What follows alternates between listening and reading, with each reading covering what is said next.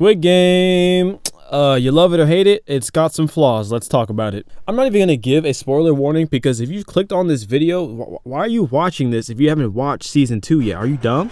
Alright, I'm just kidding, you're not dumb. But season 2, it's had some flaws, and I want to talk about some of the biggest flaws that kind of irked me in this show. Again, I'm assuming everyone who's watched this video has already seen season 2, so I'm not going to sit here and explain each episode. I'm just going to get straight to it. The first thing I want to talk about is this show, season 2, is kind of all over the place. Episode 1 and episode 2 are great episodes. I honestly see nothing wrong with them. I really love how they set up the season, and it feels like you're already jumping in straight to the action. However, after seeing how awesome these first 2 episodes are, and then noticing that they don't actually use those episodes for later in the season, it makes you realize that the show doesn't really use its time well. And before anyone says anything, I know that Squid Game season 3 is supposed to come out this year, which is great. I'm glad there's no 2-year gap. I'm ready to see what they have planned. But it really does feel like for a season that has only 7 episodes, they did not use those episodes wisely. And one of the biggest issues of this is actually the Squid Game itself, the games. To put this into perspective, compared to season 1, we didn't know anything about the Squid Games. We didn't know who could win, how many people could win. We didn't know how the games worked, that people were gonna die. We don't know the rules. But going into season 2, it's hard to empathize with any of the characters besides the main character because you know most likely a lot of those people are going to die. So when the show puts Ji-hun back in the games, it's kind of like, okay, where's this going? Because you know he's probably gonna win, you know he's probably gonna get very far, so there's no point in even watching the games themselves. Now I know in a way it's entertainment, but I think Squid Game season 2 should have been more of a behind the scenes type of season. They were teasing a lot in season 1 that so many things were going on, stuff with the VIPs, there was stuff going on with the people selling the body parts. But unfortunately, season 2 barely touches on this. We learn about the other masked man in black, the manager guy, whatever his name is, and we know that he's operating and hiding his business away from the front man. But the big issue with this is that we don't really see any of that happen. Now, don't get me wrong, it was extremely entertaining watching all of the new games in Squid Game. There are a lot of moments where I was actually cheering for certain people in certain groups, but it got very tiring watching every episode be play a game, there's a cliffhanger, and then they vote, and then they play another game, and then they vote again, and then they play another game. It got so repetitive, it was just kind of like, get to the point, you know what I mean? We knew that Ji-hun had a plan to get out, kind of, and we know that there was a squad operating to help him out. And honestly, this squad, the detective guy, whatever his name is, this is one of the biggest reasons why this show kind of pissed me off. It literally felt like the team on the boats and all that stuff was going nowhere until the final episode. It was just every episode, they look for the island, they don't find anything, they get some random hint, they go look at it, they don't find anything, and then they sleep it off.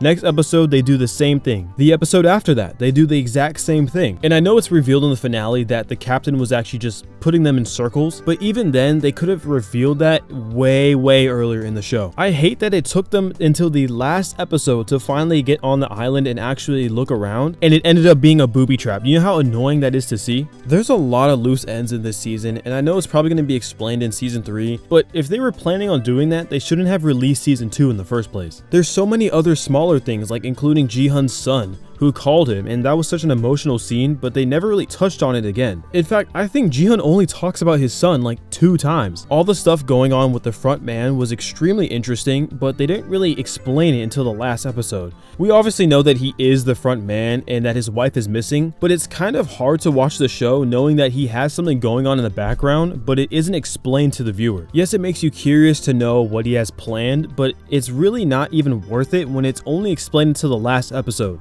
And even then, it would be generous to call it an explanation because we don't even really know what he has planned for Ji-hun. Going back to the games themselves, it was really fun to watch and entertaining, but it really did feel like episodes 3 to 5 were kind of just a blur. They did do a lot of world building around a lot of characters, and we're probably going to see these characters in the future, but they could have taken the time to do that in a later season or maybe a dedicated episode.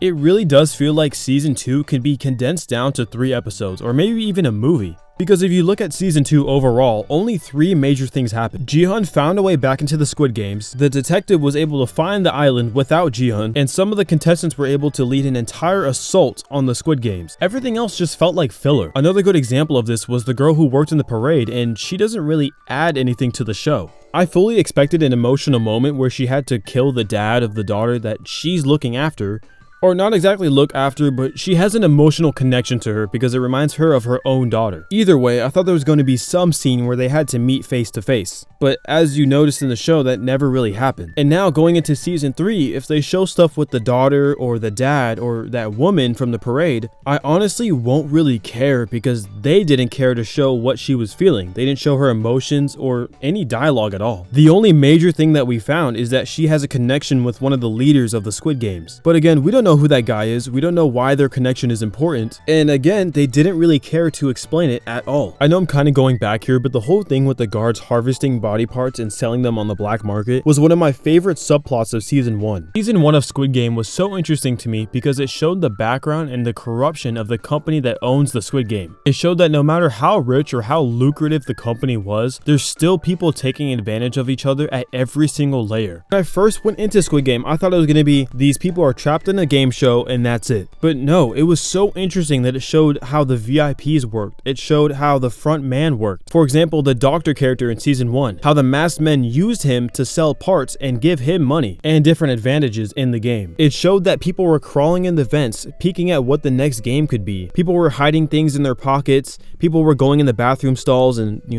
doing nasty. But it really does show that everyone at every single layer has some sort of corruption. Everyone has some sort of secret going on. But season 2 felt a lot more organized, and in that way, it wasn't as entertaining. Although it is interesting to see the front man ahead of GI-HUNS at all times, it gets a little tiring seeing a subplot, and then the ending of that subplot is just, oh, the front man knew all along. Like the whole thing with the captain. Oh, the tracker, he knew all along. The booby trap door, the club scene, everything. It just happens to be, oh, GI-HUNS tries something and then the front man knows. I really do think if they fit episodes 1, 2, and then 6 and 7 into just 4 episodes and then use the rest of the season for other things, season 2 could have been amazing. Again, I'm grateful that they showed the games and then all the emotional impact of the different characters, all of the moral compasses between the different people. There were some very interesting plots and some very fun moments in this show. But again, I thought season 2 was going to be about the corruption and the backside of Squid Games. However, it ended up just being a literal Squid Games 2. It just kind of played the whole game again. And I'm really hoping that season 3 isn't like that. Alright, thanks for hearing my rant. Let me know if you agree or disagree in the comments.